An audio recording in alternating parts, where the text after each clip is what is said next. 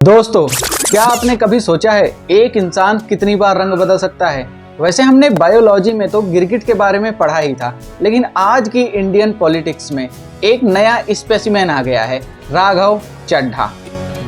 BJP एक गुंडों की पार्टी है, अनपढ़ गुंडों की पार्टी है, वो सिर्फ गुंडागर्दी करती है। ये वही राघव है जो कल तक टीवी पर बैठकर कट्टर ईमानदारी के सर्टिफिकेट बांटता था और आज उसी पार्टी की गोद में जाकर बैठ गया जिसे वो अनपढ़ और गुंडों की पार्टी कहा करता था। देखो यार, इतना तो आप सबको पता ही होगा कि राघव चड्ढा ने केजरीवाल की पार्टी आपको छोड़कर बीजेपी ज्वाइन कर ली है और खुद ही नहीं ज्वाइन किया बल्कि उसके 2/3 सदस्यों को और ले जाकर भारतीय जनता पार्टी में ज्वाइन करवा दिया है। देखो यार, पॉलिटिशियन तो पार्टी चेंज करते ही हैं, इसमें कोई बड़ी बात नहीं है, लेकिन इस एक इंसान ने अपनी पार्टी चेंज करने पर जितना नाटक किया है ना, मतलब पहली बार मैं किसी इंसान को देख रहा हूँ कि एक पार्टी चेंज करने पर इतना ज्यादा नाटक कर रहा हो।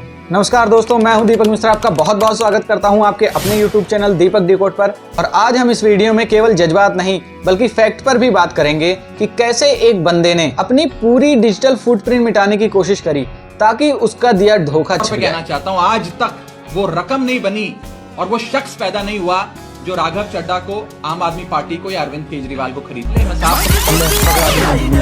राघव चड्ढा हमेशा कहते थे कि उन्हें कोई खरीद नहीं सकता। वो अपने आप को कट्टर ईमानदार कहते थकते नहीं थे। राघव जी, वो रकम शायद बन गई या फिर वो फाइल बन गई जिसके डर से आपने घुटने टेक दिए।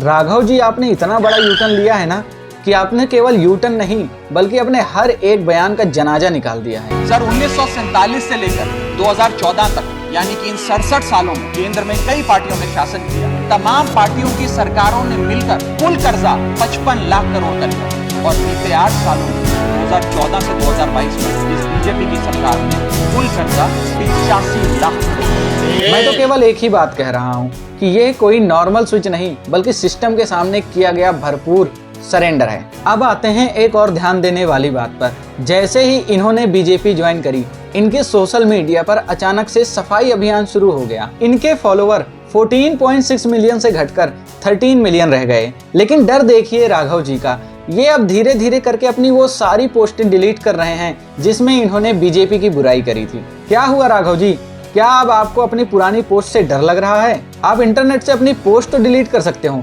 लेकिन लोगों ने जो डाउनलोड करके रखा है वो कैसे मिटाओगे? कल तक यही राघव जी कहते थे कि बीजेपी एक वॉशिंग मशीन है जहां पर भ्रष्टाचारियों को डालो और वो साफ होकर वापस निकलेंगे।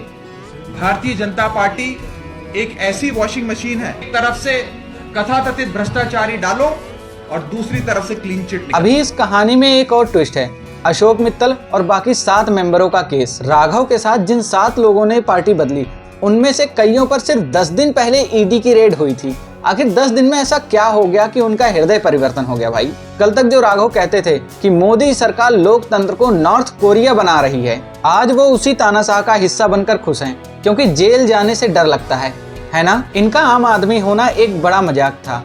एयरपोर्ट पर समोसे का दाम कम करवाकर सारा क्रेडिट लेने वाले राघव जी को शायद ये नहीं पता कि देश की 90% जनता कभी एयरपोर्ट पर गई ही नहीं। इनका फोकस हमेशा से ही ग्लैमर, लंदन के फोटोशॉप और पीआर पर ही रहा है। जब इनकी पुरानी पार्टी के लगभग सारे बड़े नेता जेल में थे, उस समय ये लंदन में थे। और ये धोखा केवल केजरीवाल के साथ नहीं हुआ बल्कि हर एक उस वर्कर के साथ हुआ जिसने डंडा खाया ताकि राघव चड्ढा संसद पहुंच सके। दोस्तों, राघव चड्ढा ने एक बात तो साबित कर दी कि पॉलिटिक्स में आइडियोलॉजी केवल दिखावे की होती है बल्कि असली खेल तो सर्वाइवल का होता है। कोर मॉरल और वैल्यूज से भटक चुकी, that I am the right man in the wrong party. मैं आम आदमी पार्टी से दूर जा रहा हूँ।